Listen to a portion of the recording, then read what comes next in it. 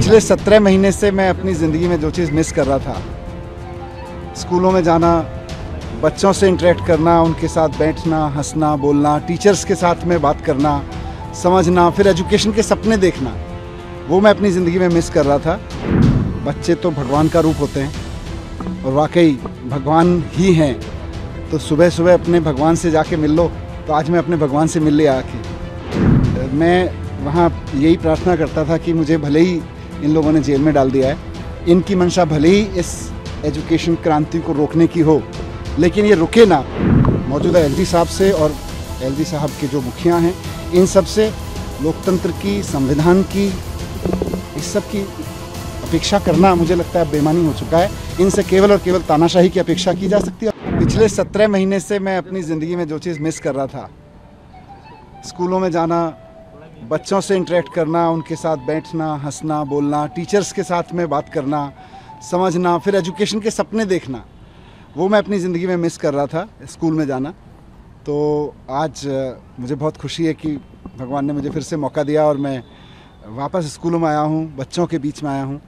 मैं बहुत बार वहाँ ये सोचता रहा कि बच्चे तो भगवान का रूप होते हैं और वाकई भगवान ही हैं। तो सुबह सुबह अपने भगवान से जाके मिल लो। तो आज मैं अपने भगवान से मिल लिया आके, मुझे बड़ा अच्छा लगा।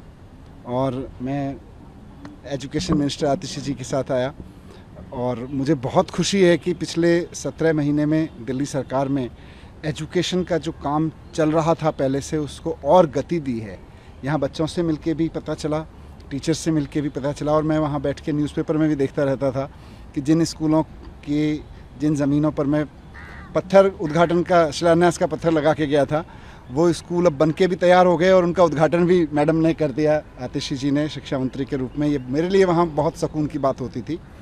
और अब मैं आके आतिशी जी से डिस्कस किया तो मुझे और अच्छा लगा ये जान के कि इस दौरान 20 नए स्कूल और स्कूल बिल्डिंग्स शुरू हो गए।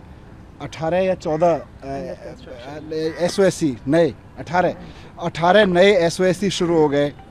एक नया स्पोर्ट्स स्कूल अपने आप में एक इंडिया में यूनिक तरीके का स्पोर्ट्स स्कूल शुरू हो गया। वहाँ बच्चे स्पोर्ट्स की पढ़ाई कर रहे हैं। जो हमारा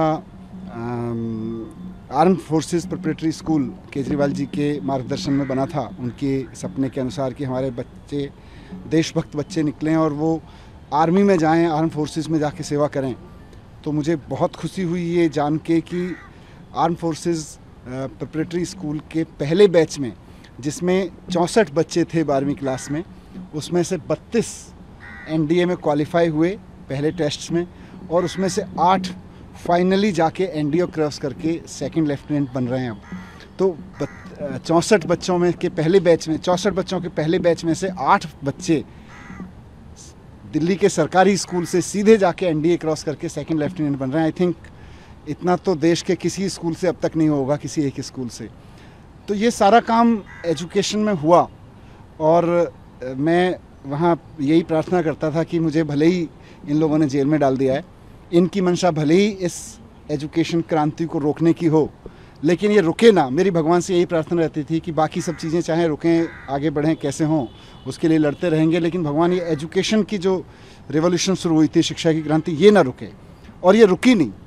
ये यहाँ के भी मैं देख रहा हूँ, मेरे लिए पर्सनली बहुत एनर्जाइजिंग है सारी चीज़ें। लेकिन बीच बीच में मैं अखबारों में देखता रहता था, खबरों में पढ़ता रहता था कि शिक्षा क्रांति रुकी नहीं है, बल्कि बहुत तेज़ी से आगे बढ़ रही है दिल्ली की। सर, आप रिहाई से ज़्यादा भावुक मुझे बच्चों के साथ दिखे अंदर। बिल्कुल, मैंने कहा ना कि बच्चे तो भगवान का रूप होते हैं। और मैं 8-9 साल जब शिक्षा मंत्री के रूप में काम किया तो मेरा धर्म, मेरा कर्म बच्चों से मिलना, बच्चों को समझना, बच्चों के साथ जीना और इन बच्चों को ही देश के लिए तैयार करना, यही था।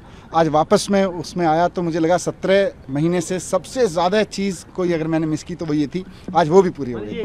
देखिए, ये बहुत ही अनफॉर्चुनेट है कि स्वतंत्रता दिवस जैसे पावन अवसर पर इतनी टुच्ची पॉलिटिक्स हो रही है।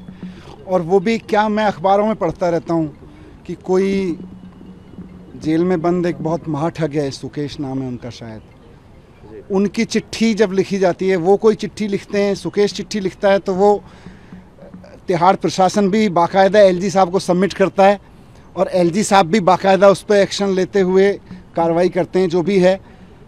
और जब दिल्ली के चीफ मिनिस्टर चुने हुए चिट्ठी लिखते हैं तो तिहाड़ प्रशासन भी और एलजी साहब तिहाड़ प्रशासन को कहते हैं खबरदार जो अगर इनकी चिट्ठी भेजी। और जब सुकेश चिट्ठी लिखते हैं तो मुझे लगता है पूरा का पूरा एलजी ऑफिस इंतज़ार करता होगा, अरे भाई एक एक सेकंड भारी पड़ रहा है, सुकेश जी की चिट्ठी कहाँ है, हमारे सुकेश जी की चिट्ठी कहाँ है। तो सुकेश जी की चिट्ठी पर जिन एलजी साहब को इतना मोहब्बत इतना प्रेम उबड़ता है और उसकी एक एक शब्द को वो ब्रह्म वाक्य मानते हुए सत्य मानते हुए उस पर, जिसे कहते हैं ना, सुकेश जी की चिट्ठी को देख के उनकी बाँछें खिल जाती हैं, उनका रोम रोम पुलकित हो उठता है एलजी साहब का। केजरीवाल जी की चिट्ठी को भी मंगा लेते भाई, कहाँ है। स्वतंत्रता दिवस तो बहुत महान अवसर है, उसके बारे में अगर दिल्ली के सिटिंग सीएम ने एक चिट्ठी लिखी है तो उनके ऑफिस को एक डीजी ऑफिस में फ़ोन ही करना था, भाई सुना है केजरीवाल जी ने चिट्ठी लिखी है, कहाँ है वो भेज दो। पर नहीं, इनको ना स्वतंत्रता से कोई लेना देना है, ना इनको देश से कोई लेना देना है। इनके तो प्रेमी लोग सुकेश जी जैसे लोग हैं, सुकेश जो भी नाम है उनका पूरा, तो इनके ठीक है, अपने अपने पसंद है लोगों की। सर, संवैधानिक स्थिति क्या है? संवैधानिक स्थिति क्या है? अगर मुख्यमंत्री नहीं है तो चुनी हुई सरकार के मुख्यमंत्री या मंत्री को ही झंडा फहराना चाहिए। मुझे नहीं लगता कि इसमें कहीं कोई दिक्कत है, लेकिन मौजूदा एलजी साहब से और एलजी साहब के जो मुखिया हैं, इन सब से लोकतंत्र की, संविधान की, इस सब की अपेक्षा करना मुझे लगता है बेईमानी हो चुका है। इनसे केवल और केवल तानाशाही की अपेक्षा की जा सकती है।